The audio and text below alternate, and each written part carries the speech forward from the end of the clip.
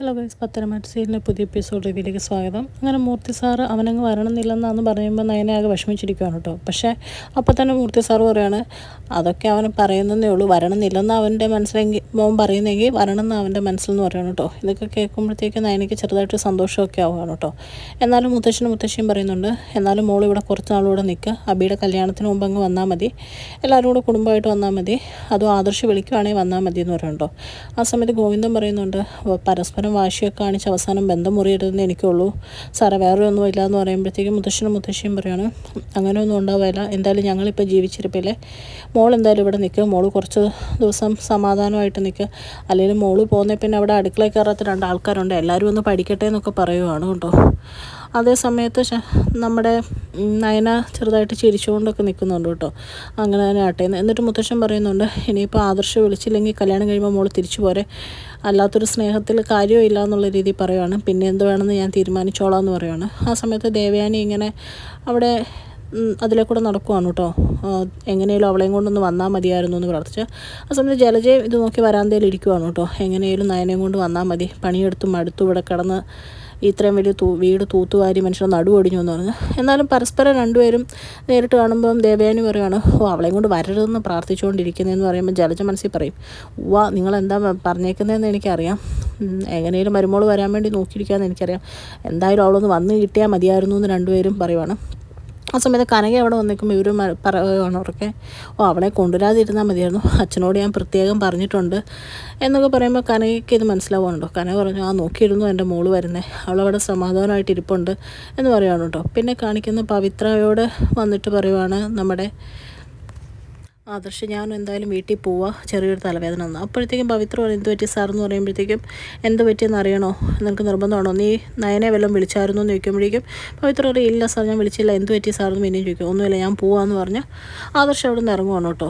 ആ സമയത്ത് പവിത്ര പറയുന്നുണ്ട്, മാഡത്തിനെ ഒന്നുകൂടെ വിളിച്ച് പറയണം, സാറിന് എന്തോ ഭയങ്കര മെൻ്റൽ സ്ട്രെസ്സാണെന്നോ തോന്നുന്നതെന്ന് പറയും. പിന്നെ ഇറങ്ങിയിട്ട് നേരെ കിരണിനെ കാണാൻ വേണ്ടി പോവാണ് കേട്ടോ ആദർശ്. എന്നിട്ട് ആദർശ് പറയുകയാണ്, നീ കല്യാണിയും കൊണ്ട് എങ്ങനെയാണ് റെക്കമെൻഡ് ചെയ്ത് അവളോട് വരാൻ പറയാമെന്ന് പറയുമ്പോൾ കിരൺ ചോദിക്കുവാണ്, അതിന് കല്യാണിയാണോ വരാൻ പറയേണ്ടത്, നീയല്ലേ വിളിക്കേണ്ടത്, നിൻ്റെ അച്ഛനും മുത്തശ്ശനും മുത്തശ്ശിയൊക്കെ എന്നെ വിളിച്ചായിരുന്നു, അവളവിടെ ഹാപ്പിയാണെന്നാണ് പറഞ്ഞു, അവളവിടെ നിൽക്കട്ടെ കുറച്ച് ദിവസം എന്ന് പറയണം കേട്ടോ.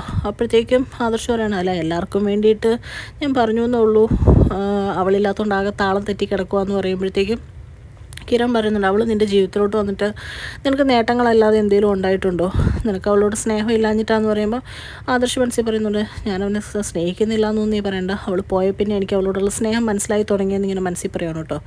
എന്നിട്ട് ആദർശ് കിരണോട് പറയാണ്, ഞാൻ അവളെ പലപ്പോഴും സ്നേഹിക്കാൻ തുടങ്ങിയിരുന്നു, അപ്പോൾ അവളുടെ അഹങ്കാരവും ഓരോരോ കള്ളത്തരങ്ങളും ഓരോ പ്രശ്നങ്ങളും നിനക്കും അറിയാവുന്നതല്ലേ, അതുകൊണ്ടൊക്കെയാണ് ഞാൻ സ്നേഹിക്കാത്ത, അല്ലാതെ എനിക്ക് വലിയ കുഴപ്പമൊന്നുമില്ല എന്നൊക്കെ ഇങ്ങനെ പറയുവാണ് കേട്ടോ. എന്നിട്ട് ആദർശ് പറയുകയാണ്, എന്നാൽ ശരി ഞാൻ പോവാം, ഇറങ്ങട്ടെ എന്ന് പറയുമ്പോഴത്തേക്കും നമ്മുടെ കിരൺ പറയുന്നുണ്ട്, നീ എന്തായാലും അവളെ പോയി വിളിച്ചുകൊണ്ട് വാ, അല്ലാണ്ട് അവൾ വരുമെന്ന് നീ പ്രതീക്ഷിക്കേണ്ട എന്നൊക്കെ പറയുവാണ്.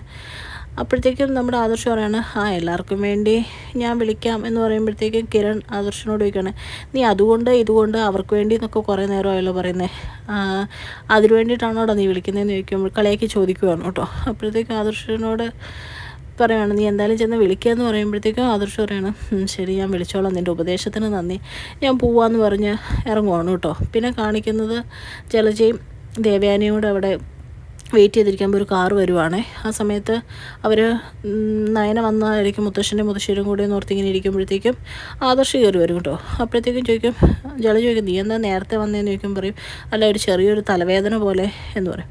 എന്നിട്ട് ദേവയാനി പറയും, ഞാൻ മുത്തശ്ശിയോടും അവളെ കൊണ്ടുവരണ്ടെന്ന് പ്രത്യേകം പറഞ്ഞിട്ടുണ്ടെന്ന് പറയുമ്പോഴത്തേക്കും ആദർശം പറയും, ഞാനും അങ്ങനെ തന്നെ പറഞ്ഞേ, അവൾക്ക് അഹങ്കാരമാണ് എങ്കിൽ അവളവിടെ നിന്നോട്ടെ എന്നുള്ള രീതിയിൽ ഞാനും പറഞ്ഞേ, അല്ലാണ്ട് ഞാനും വരാനൊന്നും പറഞ്ഞിട്ടില്ല എന്ന് പറയുവാണ് കേട്ടോ.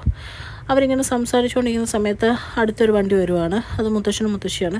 അപ്പോൾ എല്ലാവരും കണ്ണും നട്ട് ഇങ്ങനെ നോക്കിയിരിക്കുവാണ് കേട്ടോ, കൂടെ നയന ഉണ്ടോ എന്നറിയാൻ വേണ്ടിയിട്ട്.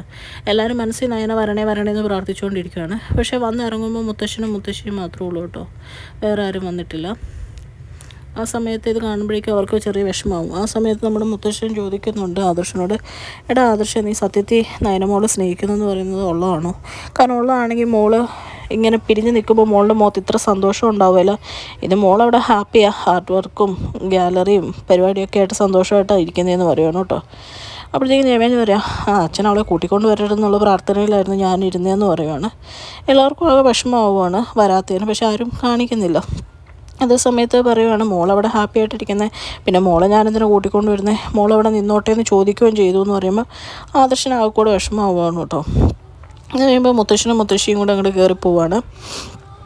കഴിഞ്ഞ് ജലജ ദേവയാനിയും കൂടി ഇങ്ങനെ നിൽക്കുന്ന സമയത്ത് കനക അങ്ങ് വരുവാണ് കേട്ടോ.